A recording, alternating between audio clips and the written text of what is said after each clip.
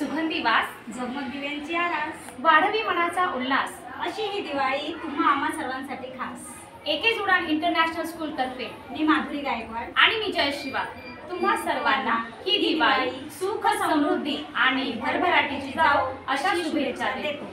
दिन दिन दिवाळी गाई म्हशी ओवाळी, आनंदाचे झाडदारी झुलते डहाळी। आज दिवाळीचा पहिला दिवस, अश्विन महिन्यातील शुद्ध द्वादशी, त्याला आपण वसुबारस किंवा गोवत्स द्वादशी असे देखील म्हणतो।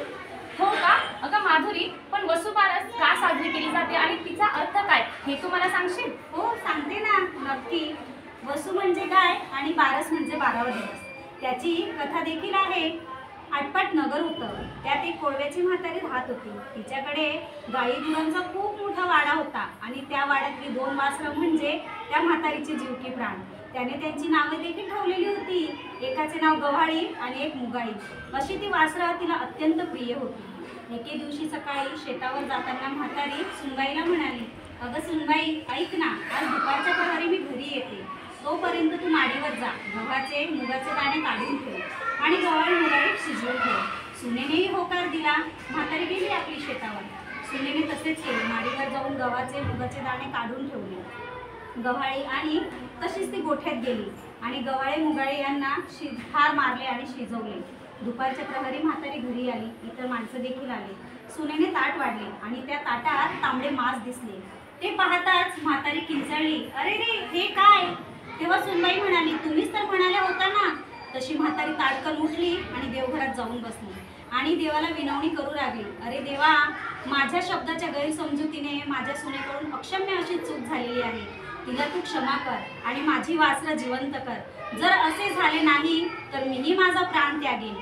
असे म्हणत म्हातारी दिवसभर देवाचा धावा करू लागली। संध्याकाळ झाली, गायी परत आल्या आणि आपली वासरी दिसली नाही तर त्या हंबरडा फोडू लागल्या।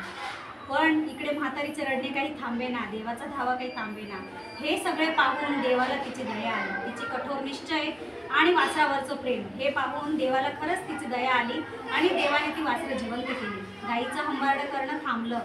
तशी म्हातारी बाहेर गेली। पाहते तर काय, गायी आणि वासरं आनंदाने छान आपले खेळत होती, इकडे तिकडे बागडत होती।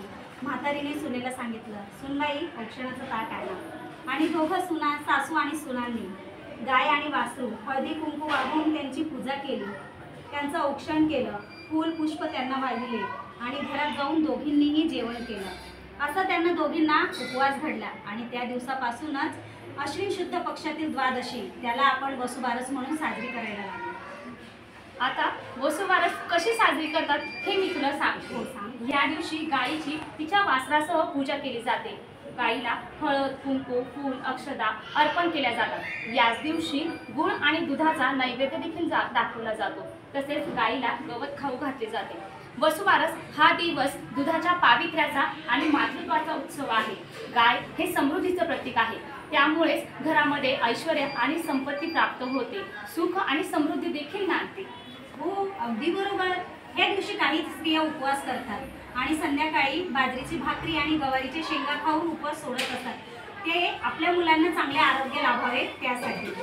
तुम्हा सर्वांना वसुबारसच्या खूप खूप शुभेच्छा। Wish you a very happy and safe Diwali.